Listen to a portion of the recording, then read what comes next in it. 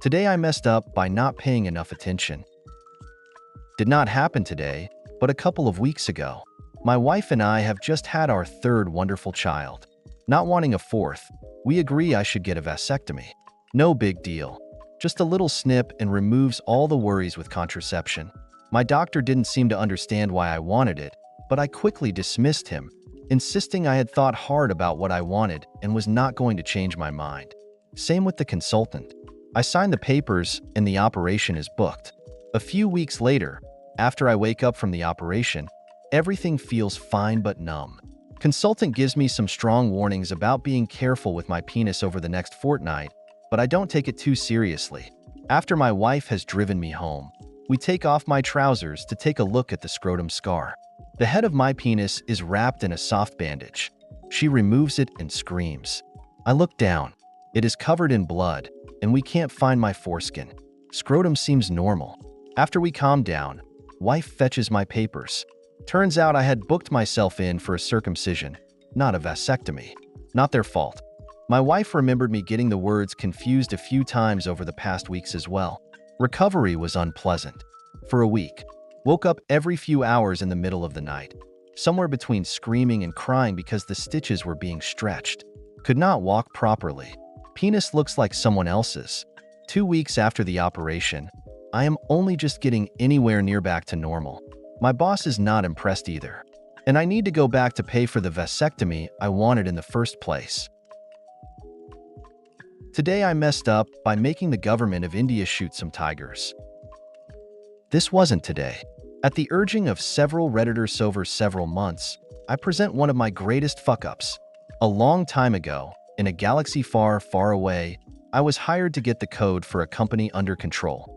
They made GPS tracking collars for animals. Everything had grown organically, and so as an engineer they figured that I could get an organized code base installed. I'd been programming since I was 8 years old, and with fresh training they figured I would be ideal for getting organized, clean code. I didn't know how to program in C, but I learned. I got a book and read up on the ideas and constraints. I learned about registers and bitwise manipulation and all the rest. Eventually, I even got to the point where I was able to work out a bug between the chip manufacturer and the chip burner manufacturer to get the registers moved. That solved a global bug. So if you ever used a 10F20X with a quick writer and it worked, you're welcome. I also made the code modular, so when parts changes I could just use a different hashtag include and it would work just fine. This was instrumental when the memory war ended. You may not know this, but before Flash there were other architectures. We used CPROM, and we ordered literally the last 300 CPROM chips in the world to tide us over. They didn't have dies in them, so they were just dummies. Hey, no strings attached. Can you fix this? I could. We found a pin-compatible flash replacement, and I had already started on the skeleton. So 3 days later we had flash compatibility, and we were good to go forever. I also didn't know how to deploy a repository, so I read up on CVSNT and Tortoise, and put those into place and made sure it all got backed up regularly. CVS and WinMerge saved my but so many times I feel like I owe the writers each a nice bottle of scotch. Anyway, one of the constraints with embedded code is your footprint. On a desktop, who gives a crap how much code you write? Are you at a gig? 40 gigs? Fudge it. It compiles, ship it. Not so in embedded. One of the chips I used had 24 bytes of RAM and 512 bytes of flash. No registers. No, I didn't forget a prefix. Bytes. I figured out a tip for using pointers to shrink the code footprint down from 99% to 92%, meaning we could add more features. If I overused it, the footprint went up again, so it required some trial and error. Time of day, satellite site checks, seasonal changes, all kinds of stuff. When I rewrote the GPS parsing library to use pointers, I missed a pipe. Fudge. It was supposed to look something like this. GPS longitude equals RS232 underscore longitude underscore degrees underscore tens. GPS longitude, A4. GPS longitude equals RS232 underscore longitude underscore degrees underscore ones. But I messed up the pipe, so it was. GPS longitude equals RS232 underscore longitude underscore degrees underscore ones. So the 10th digit of longitude was always 0, meaning that there was a 400-mile wide swath it could have been at. It got through so many tests, and even to a test customer who goddamn him happened to live where that data was actually valid. The screenshot even made it into the freaking manual where it could mock me. It wasn't until I rewrote the VB parsing program to deal with leading zeros that we noticed the problem in all its freaking majesty. I found out what was going on when I got a call from a coyote researcher in Rhode Island. She asked why the coyotes were always on the highway. Well, that's because it likely has a clean line of sight to the sky. I crap you not. There's a highway right on the 0 seconds in Rhode Island. Okay, she asks, then why are they also in the middle of the ocean? I answered, coyotes don't rent speedboats, do they? For the record, they do not. When I saw the bug, I knew exactly what I'd messed up. I said something to the customer when I saw it. I have to go. I see what I did wrong. It wasn't a maybe thing. It was immediately obvious. Maybe if I'd paid more attention. Maybe if my now ex-wife's pregnancy wasn't complicated and we'd been wondering if a late-term abortion was required to save her life. The kid in question is now 9, and the ex is quite happy with her new partner. Maybe if I'd had more experience. But no, none of those maybes were true, and I'd fucked it up, all by myself. We'd sent 100 collars to the government of India to eventually get every tiger in the world fitted with a collar. Their goal was to find every poacher and murder them. They deserved it, frankly. But no, I fucked it up. The government of China wanted collars for honguls, deer, to see if they'd work for pandas too. But no, I fucked it up. The company went out of the animal tracking side because there was more money to be made in tracking people. Less customization as well, since the manufacturers, Microchip, would program an incremental ID number into the chip for 0.37 a chip when you bought a reel. That was a lot less than I was being paid, so they went in a new direction, one without me. The CEO brought in an independent auditor to see if I was sabotaging the code on purpose, and instead I got a reference and a quote saying my code is better than most. I'm proud of that human tracking code. It was solid, and the way I wrote it cut down on the codebase from 10K plus versions down to 2, one of which was deprecated. Eventually, the tech was sold to LoJack. I ran into a person wearing a wrist tracker at a party, and it was still running after 10 years, only requiring battery changes.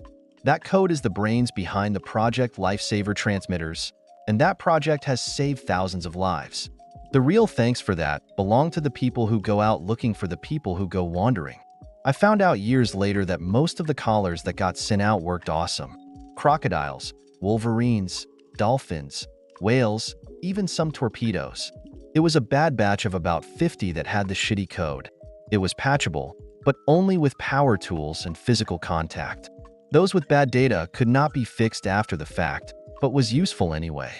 So in order to fix the collars, the CEO of the company went to India to meet with the government officials to reprogram the firmware and tranquilize tigers. From what I understand, the tigers did survive, and the data was eventually used to track some poachers who, let's be diplomatic and say they fared worse than the tigers. All right, I'm going to karaoke. Good night. Today I messed up by thinking I was hitting it off with a girl, but really she thought I was her interviewer. This happened about 30 minutes ago. As I was getting off my shift at the cafe, I spotted a cutie sitting at a table alone. I don't usually do this, but my own coffee fix had just hit and I was feeling confident, so I walked up to her and took the seat across from her and sparked up a conversation. I did the whole "what's your poison" gag and got her a latte macchiato with extra cream for free. In my mind, I was being an extremely charming pickup, hooking her up with brew and no charge. I started asking her questions about herself, and she was answering them so readily and fully. She kept referring to her skills and customer service experience, and instead of being tipped off that something else was going on, I thought, what are the odds? Another workaholic, just like me. About an hour in, she asked me, politely, how much longer this was going to take since she had a shower to get to. I asked her what she meant. How much longer what was going to take?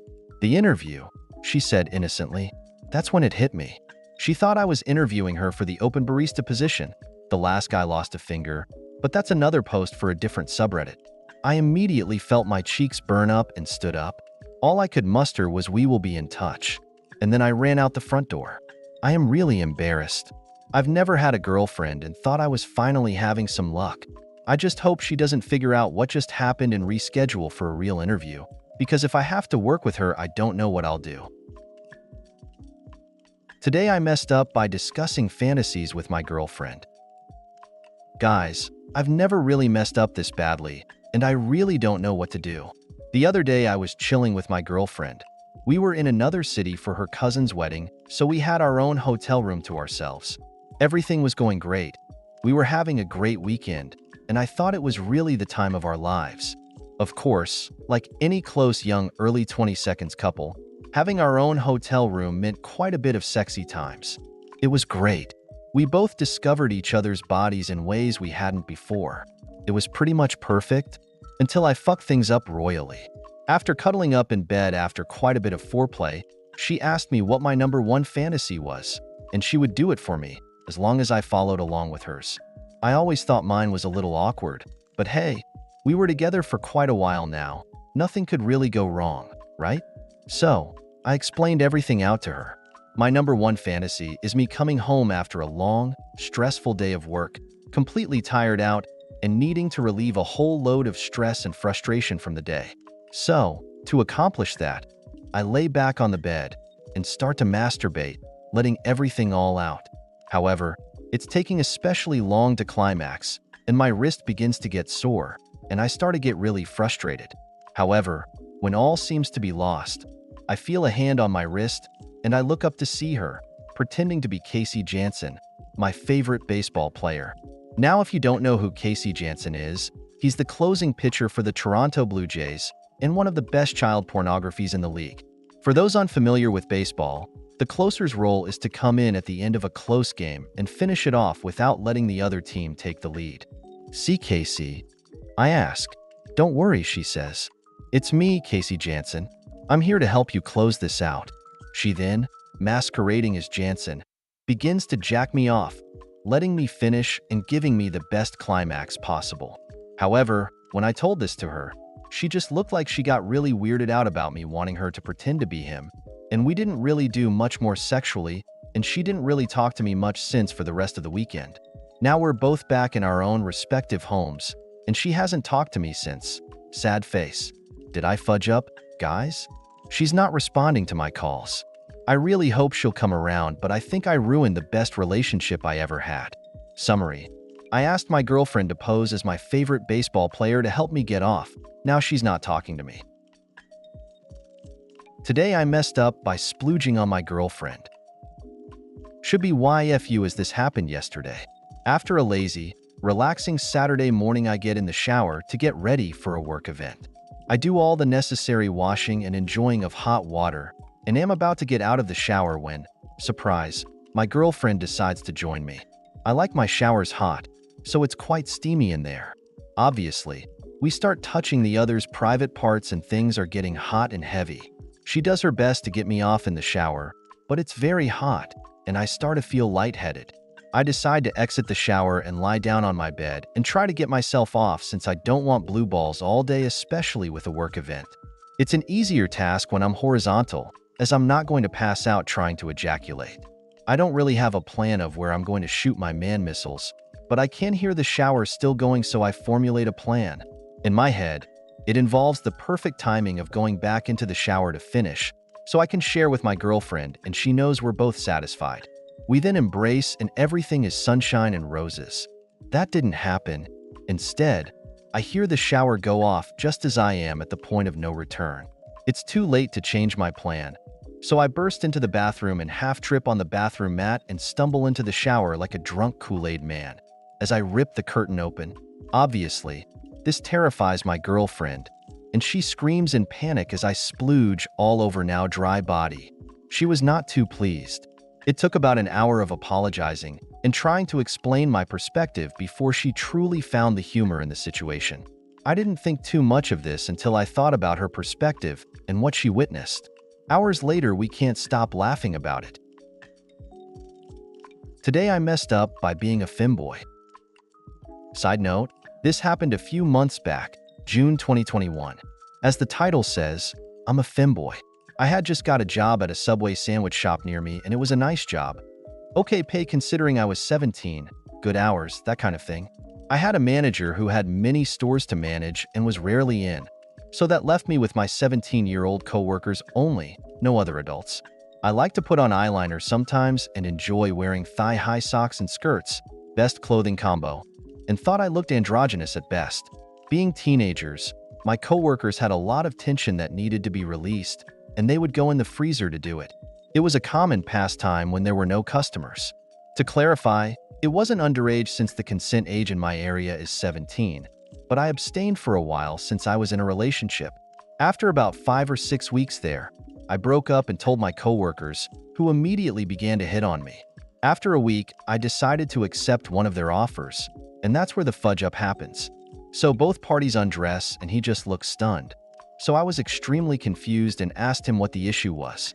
His response was, "We all thought you were a chick this entire time, but I guess this works." Fun time happens, and then he walks out and proclaims to everyone that I am not a girl, which received shocked faces. I never meant to pass as female,